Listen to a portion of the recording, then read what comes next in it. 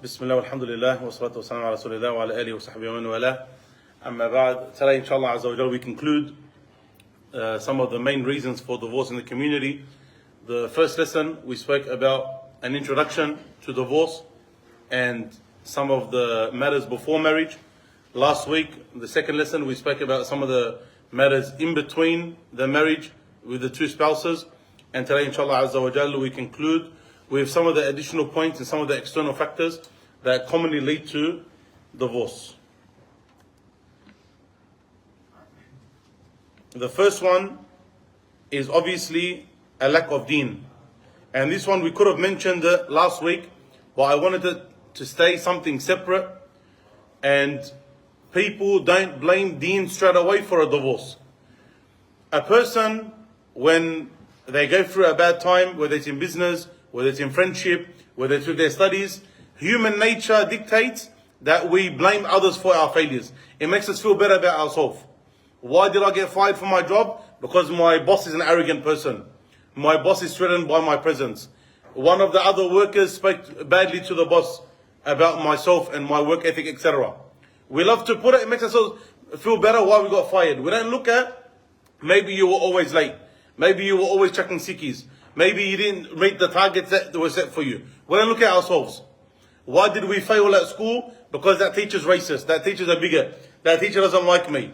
The other students had special treatment, etc., etc., etc. Never that your assessments were always late. Never that you missed 3/4 of the term.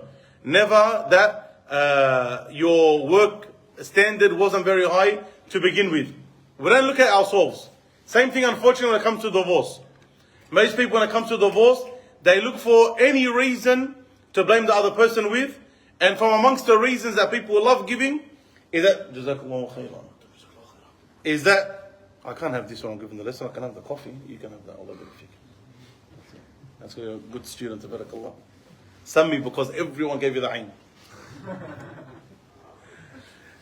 From amongst the reasons that people love giving when they get divorced is that that person lacked deen. Sheikh, if only she had deen, Sheikh, if only he had deen, things would have been a lot different. There are a million other reasons why people get divorced. Of course, deen is needed and it's necessary in every single individual person's life, in every single facet of life. You need deen. But it's not the only reason people get divorced. And on top of people having deen, unfortunately, certain people, they lack other things that are required in the marriage. And a person could have an excellent connection between him and Allah subhanahu wa ta'ala. An excellent connection between him and Allah subhanahu wa ta'ala, but they lack good character. A person could have a very good connection with Allah subhanahu wa ta'ala, but that person has certain things that make him impossible to live with. Whether you're his parent, you're his child, or you're his brother or sister, you're his friend, or you're his spouse, or you're her spouse. Make it impossible. Hence the Prophet ﷺ told us, إِذَا خَطَبَ إِلَيْكُمْ مَنْ تَرْضَوْنَ دِينَهُ وَخُلُقَهُ فَزَوِّجُوا. If a person comes to ask for the hand, and you're happy with their religion and their character.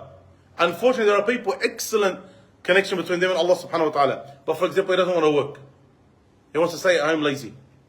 He could be the closest person when it comes to his prayers. He could be the best person when it comes to praying first time in the masjid. He could be the best person in terms of memorization of Quran. But is he a person that you want to marry your sister or your daughter? Most likely not. Okay, so this is something very important when it comes to marriage. Also, a third matter, why we wanted to speak about marriage, divorce, and deen individually, is that there are other extremes where people will have no deen and they think if only their spouse changed one or two things, it will lead to a perfect marriage. Like the husband doesn't have deen or the wife doesn't have deen, but they think the reason we're going through marriage problems is not because of deen.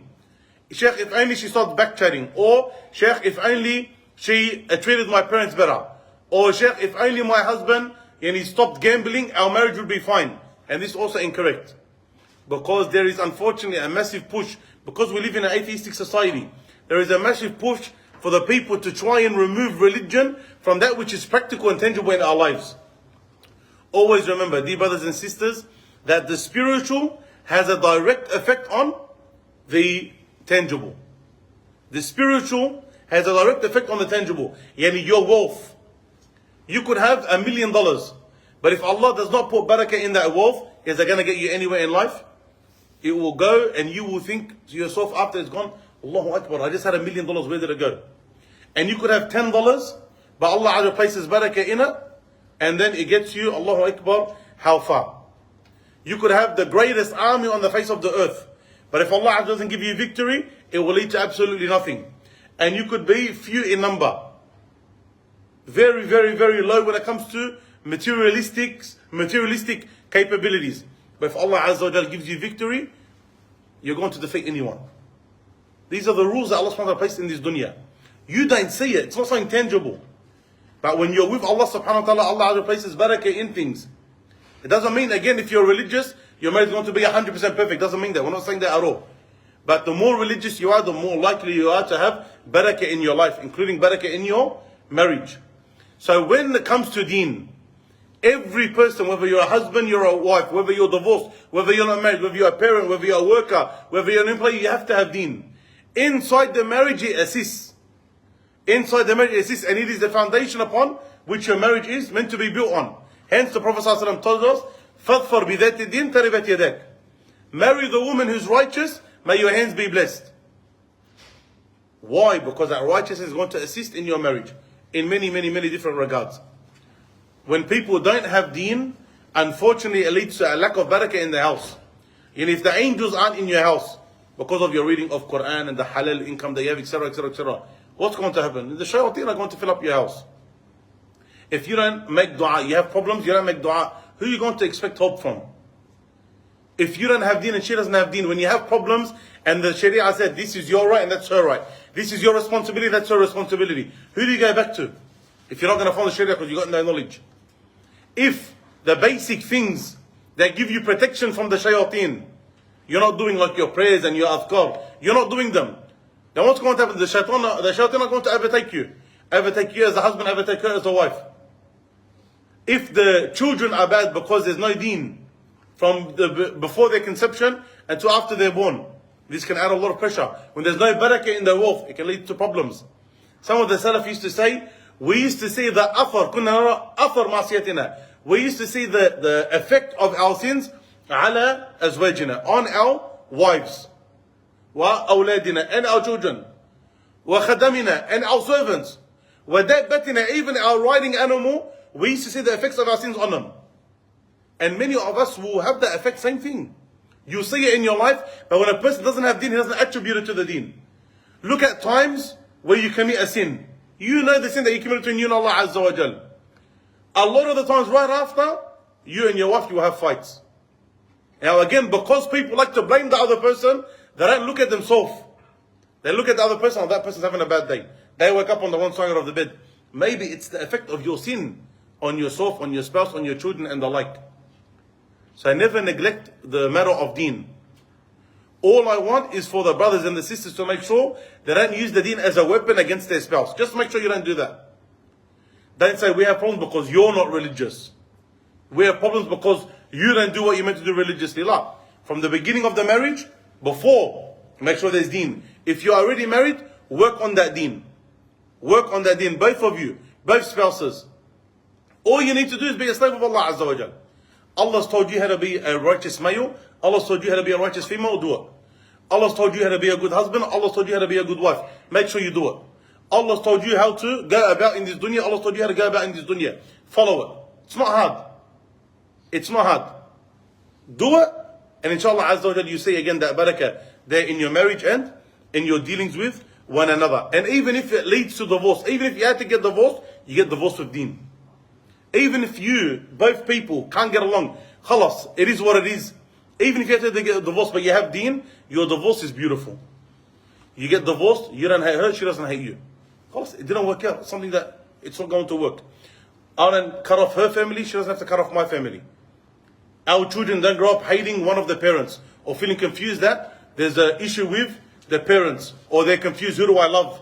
These are two people that I'm meant to love, but they both hate each other. And they both go about each other the worst of way. When you get divorced, that person's not Iblis. When you get divorced, that person's not Iblis. And when you have deen, you're able to go about it in the proper way. Number two, and this is from the external matters, is parents. So this is a reminder to the parents and then a reminder to the spouses. As parents, your job, if you ever have to get involved in marriage issues, is to fix the marriage. Allah understand. Some parents, they know that their issues are going to lead to divorce and they still get involved. If you're a parent, fear Allah subhanahu wa ta'ala when it comes to giving your children advice. Don't tell him to make, don't tell her to make him walk like a dog, as some parents say. And don't make him think you have to do X, Y, Z and treat her like any scum. Give them the advice that's going to save their marriage, that's going to help their marriage. Even if it's against your own child. This is from the beautiful things about the Muslim character. About what Islam teaches the Muslims to be like. To be just and to be upright, even if it's against yourself. Even if it's against yourself, you be just and you be upright. All your family members, you be just and you're upright. If she's your daughter-in-law or he's your son-in-law, and they're in the right, tell your child, you fix yourself. And if they're in the wrong, if your in-law, your son-in-law, your daughter-in-law are in the wrong, then at least give them the advice that's going to lead to a continued marriage in a good way. Sometimes your daughter-in-law, yes, she might be bad, 100%. But if you tell your son-in-law, do X, Y, Z, and if she doesn't do it, then divorce her. Is that going to wreck the life of your son, yes or no? Sometimes you know your son can't live without his wife. And if he gets divorced, he's going to go crazy. Don't push him in that direction. Or the opposite, your daughter-in-law. Maybe for your daughter, your son-in-law, maybe he's not the best. Still advice to the parents. Maybe your son-in-law is not the best. But if your daughter-in-law, yes, he's got some bad points, but overall he's a good man. He's good with his children, he's good with his wife in general. If you try and come strict with your daughter against the husband and they get divorced, is that going to be beneficial for your daughter? It's going to be worse. And sometimes it's better to put up with a little bit of bad if there's a lot of good. And if your child comes to you for advice, give them the advice that is beneficial for them in their relationship. If they want to get divorced, no problem. Tell your child, Baba, I know your divorce is an option for you. If you want to get divorced, maybe try this. If it doesn't work, then get divorced, no problem. But to know that they want to get married and push them towards something that they're going to get divorced over, this is words greater than the word stupidity. It's words greater than that. But we'll leave that inshallah azza wa jal. For you to go to your parents, be very, very, very, very, very careful.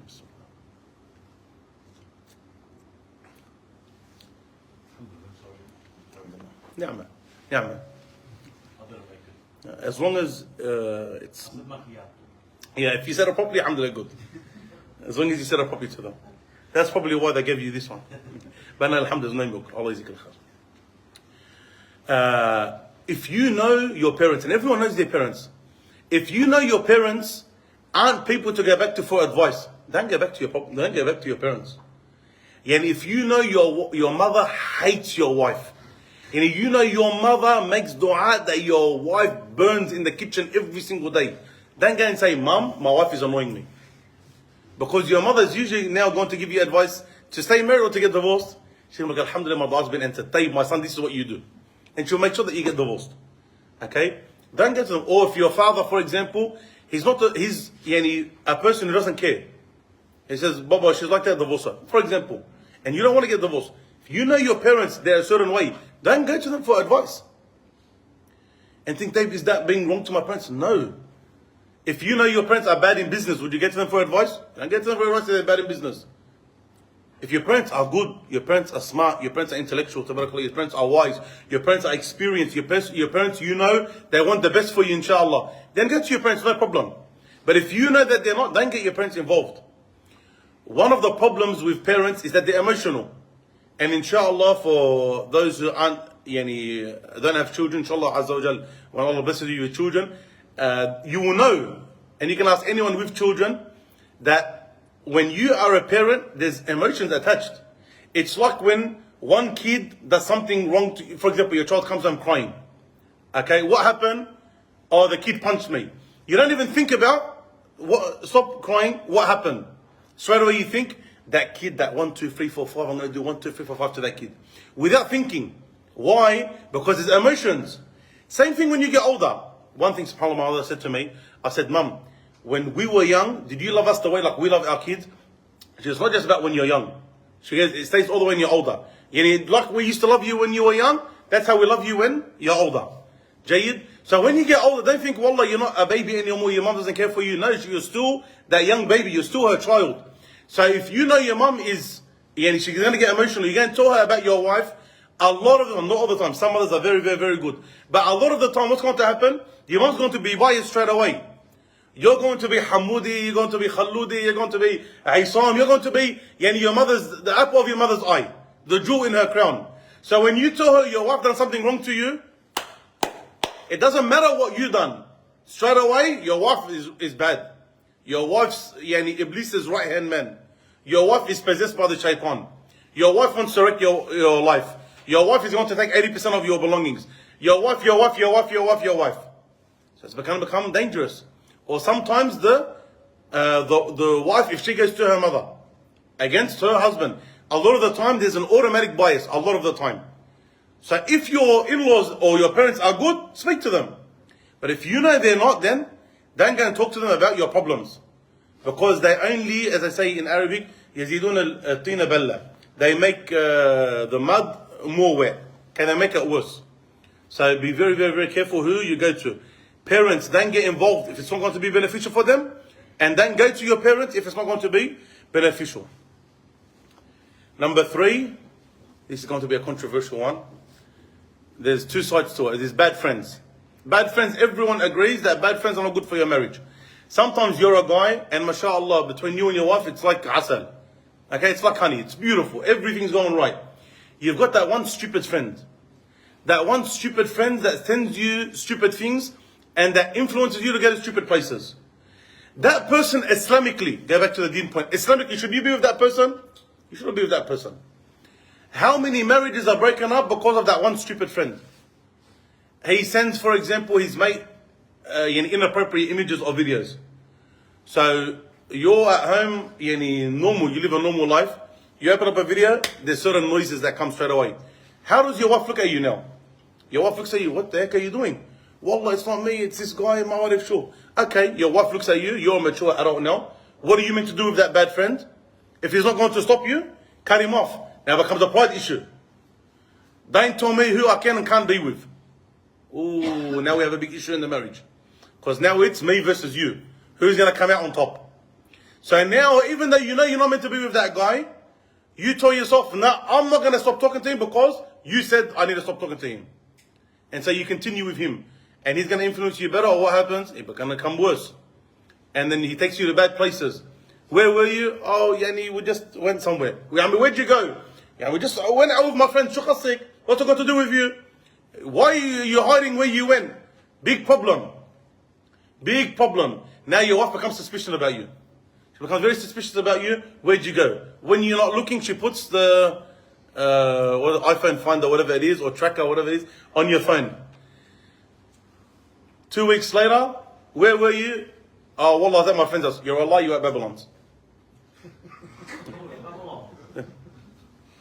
You're Allah, you're at Babylon's. Or you're Allah, you're at Darling Harbour. How did you know? 1, 2, 3, 4, 5? I seen it on your phone. What's wrong with you? You going for my phone? Are you crazy? This is where the religion comes in. You should have husn al-dhan in the Muslim. What if my phone got stolen and that's where they took my phone? It wasn't me. All of a sudden things start to come out. Who was the cause of all of it? That one bad friend. Islamically, should you have been with him in the first place? You should not be with him in the first place.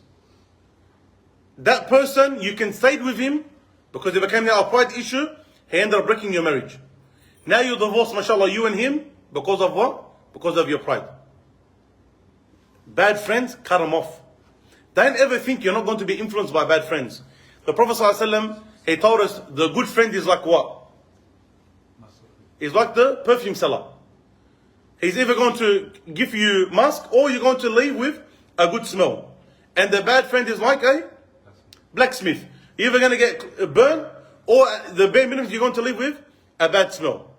Yani directly or indirectly going to be affected by good friends and directly and indirectly going to be affected by bad friends. This is human nature. So I don't think, no, Habibti, I'm fine, I'm going to be with my friends, it's alright. I know they're bad people, but I'm going to be okay.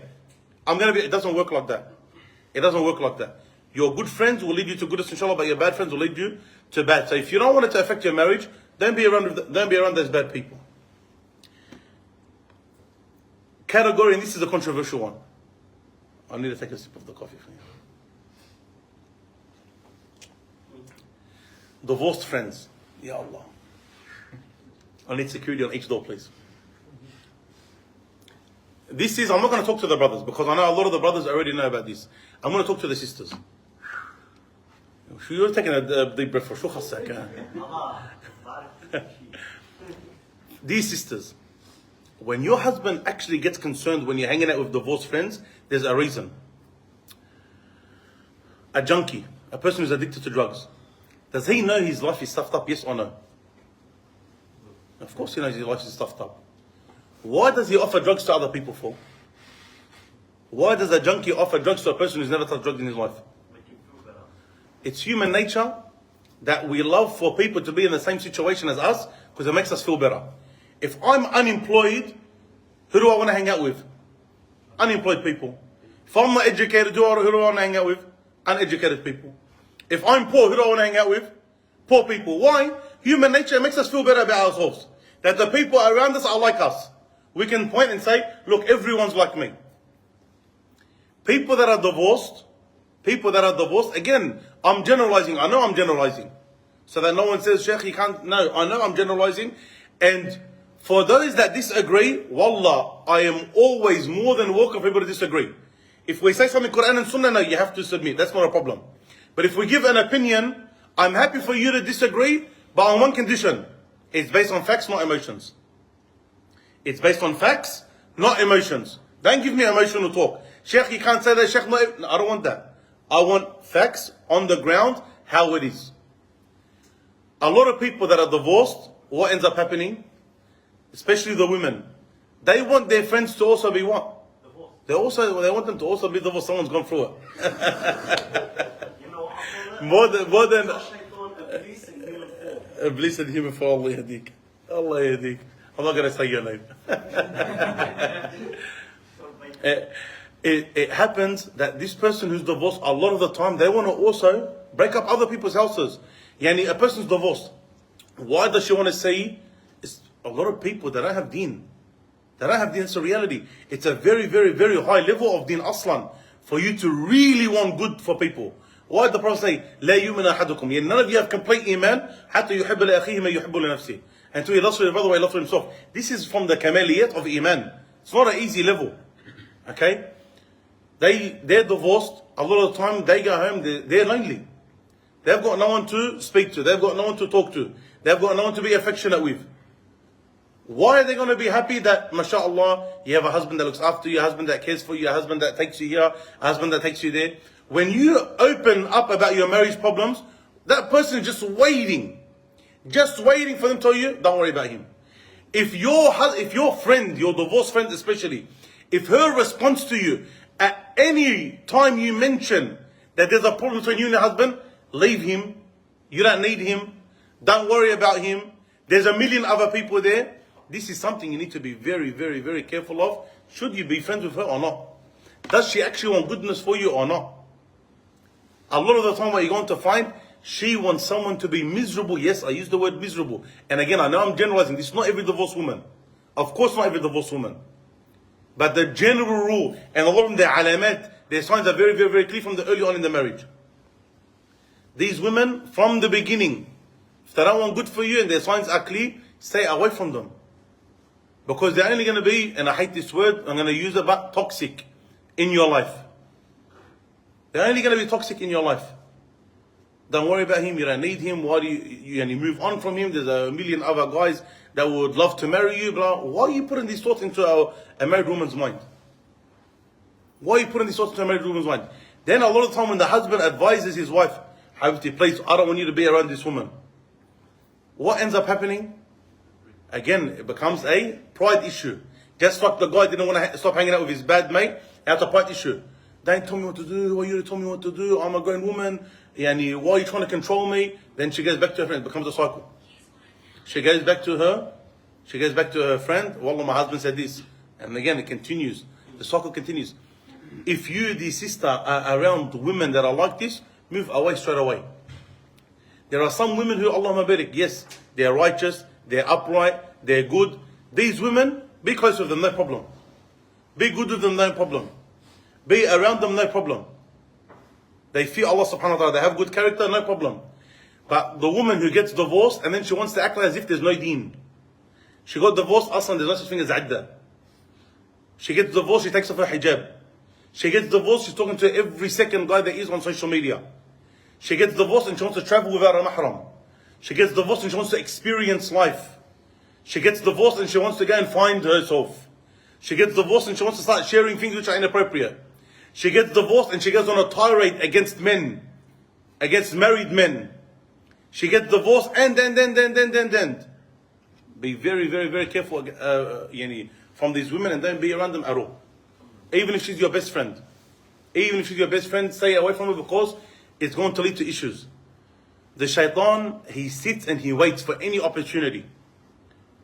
She may be your best friend now, she doesn't say anything. If you know she's a bad woman, you know she's a bad woman. Maybe right now she doesn't say anything. But as soon as there's an opening, she jumps in. And that waswas, you're continuing to listen to her. What's going to happen? It's going to sit in your mind. It's going to sit in your mind. And especially females, they get affected emotionally by this stuff. Just like if the husband said something by mistake to his wife, or he said something jokingly, it affects the woman. For example, he called her fat. He said it as a joke, but it still sticks in the woman's mind 5, 10, 15 years later. She still remembers, you called me fat. And then that grows. That means you're not attracted to me. It means you're looking at other women, blah, blah. Same thing when your bad friend says something to you. Maybe you don't believe it straight away, but where does it sit? In your mind. The next time your husband does something, you know what? Wallah, my friend said that you're going to do that. You know what? Yes, my friend was true. You know what? My friend said that this is going to happen, and that's how you're going to respond. And maybe now she's right. Maybe I should get rid of you. Maybe you are a toxic person. Maybe you are a narcissist. Maybe you are. And boom, divorce happens. So again, I know it's not something diplomatic or politically correct to say, but stay away from bad friends. And from amongst those bad friends are bad divorced people. Not every divorced person is bad. I hope I'm making that clear. But if you know, and it's very easy to read who's bad and who's not bad. You know your friend is bad, and they're divorced, and they're leading you to bad, stay away from them. A female told me, one of the sisters told me, she goes, husbands are right when they want their wives to stay away from divorced women. Because husbands, 100% they're correct. These are female saying. But females that have the ability to speak. Because if not, they get smashed by, and I'm sure if certain sister pages, they get hold of that part as well, they'll smash that as well. I'm not going to be surprised. But again, I'm happy to be refuted and proven wrong, but the word is proven wrong. Not emotions. You have to speak with facts. From the next matters that commonly lead to divorce are financial issues. Financial issues. Money is not everything in this dunya, but it assists. Money is not going to buy you happiness, but it's going to assist. If you have the ability to seek rizq, and it's not going to affect other things in your life, then do it. If you are struggling financially and it's outside of your hands, no problem. A person gets injured, they can't work, that's a different story. A person's looking for work and he can't find work, that's not an issue. Both partners should be patient at this time. But if you as a man, alhamdulillah, you have the ability to work, but you want to sit at home, I wallahi don't know how this person sits as a man. Wallah, I don't know. And I apologize if there's anyone like that. But a person who has the ability to go out and work and on purpose doesn't, I don't know how this person believes that he's a man. Most men, the brothers that work, when they're on holidays, for example, when they're on holidays from work, and they've got, for example, 2 weeks off, the first day you sit at home, the second day you sit at home, the third day you start to shake, like, what, why am I at home? What's going on? Something's not right. You have to go out of the house, you have to do something, because you don't feel comfortable. Imagine, a year, 2 years, 3 years, no problem, you sit at home, no problem. This affects your nafsiyya. You as a man start to have problems. You don't feel like an alpha anymore. You don't feel like you have the authority. So what ends up happening, like small man syndrome? You end up having to try and prove yourself. Like you have to go harder on your wife. Why? to prove that you're the man. Because you don't feel like the man. And what happens a lot of the time with the females? She doesn't respect you. Why? Because aslan, you're living off her Centrelink. Or sometimes, even worse, again, not if there's a reason. We're talking about if a person doesn't have a reason to sit at home. Sometimes you're sitting at home, she's working, and you're living off her. How do you look at yourself as a man? Allah Azza wa Jal gave you that authority from amongst the reasons. Not the reason. From amongst the reasons is because you are the breadwinner. But now you're living off your wife and off your children, and you expect to be the man of the house. This doesn't work. And stop making excuses. If a person's unemployed by his choice, stop making excuses. Wallah, I'm not finding a job that pays me $3,000 a week. Akhi, go and work whatever you can for now. Go work as a security guard. Go work as a cleaner. So what? Go work as an offsider. Go work as a laborer. So what? You're looking after your wife and your children. This is jihad. You know, when apprentices say jihad, there's a hadith that talk about this jihad fi sabilillah. You're going and earning the hadith is sadaqah. What's wrong with you? A person stays at home and prefers to stay unemployed. Wallah, this is embarrassing. You don't feel like a man, and she doesn't feel that you're the man. And it leads to issues. Go and work whatever you can, that's halal, in order for you to bring in that income. When you have it assists. It doesn't put as much pressure. For example, her family are going on holiday. As an example, your wife's family are going on holiday. You, again, there's a difference when you can't afford it because of certain issues in your life, no problem. But if the reason you can't go on holidays with her family is because you don't want to go and get a job, then what's going to happen? She's going to feel embarrassed with her family. Who's she going to take that out on? You. Are you going to take it nicely? You're going to respond nicely? No. You're going to respond back. You don't like it? Go with them.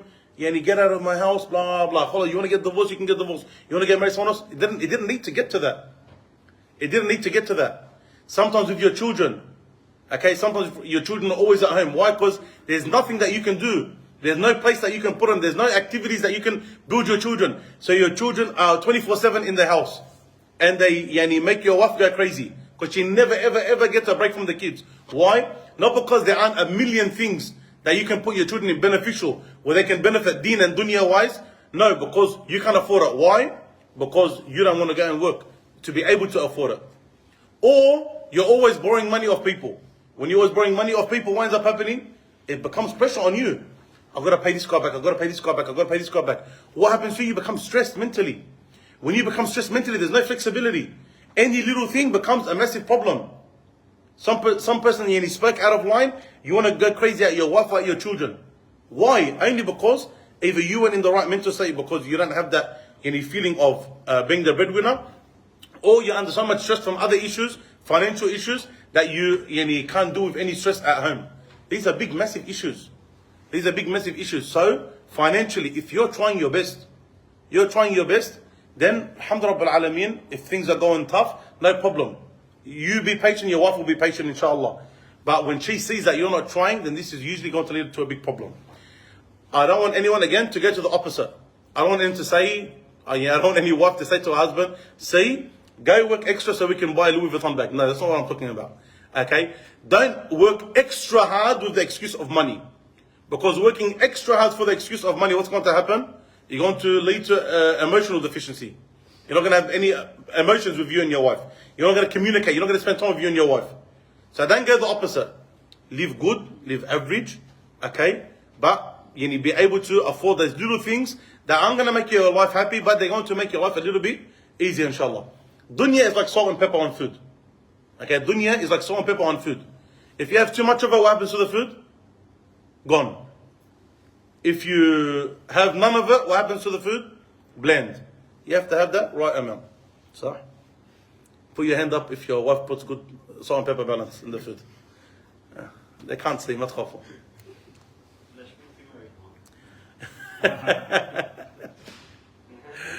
Allah yahdik. Number 5. The second last one. Allah, this is the last one. Number 5, and this is from the matters again that we're mentioning here. Even though the matters are a lot, but we've summarized. Number 5 is the phone. Number 5 is this shaitan that we have all unfortunately in our pockets that control our lives. They used to say about the TVs in the house. Remember those days? They said the shaitan was the TVs, the shaitan. Now because of all the corruption that it causes. certain people started to move away from the TV. What did they give us? Ifrit, the big massive shaitan. Okay, and this is something that we're all addicted to. The phone, dear brothers and sisters, is a massive problem if it's not used correctly. If it's not used correctly. There is, طبعا without doubt, there is a need for phones today. That's without a doubt. Okay, all of your work, all of your relationships, everything is on your phone. But you need to be able to control it, not it controls you, like money. Dunya is like as some of the ulama call it, like a donkey. Yani who steers you? The donkey steers you, or you steer the donkey? If the donkey is steering you, yani, Allah yadik. The same thing with the phone. Who steers you? You steer the phone or the phone steers you? You need to be a person who steers the phone. My advice is to get 2 phones. That's my advice. If you know, yani, you have to be on your phone, for example, for work, and you have a lot of phone calls and the like, have 2 phones.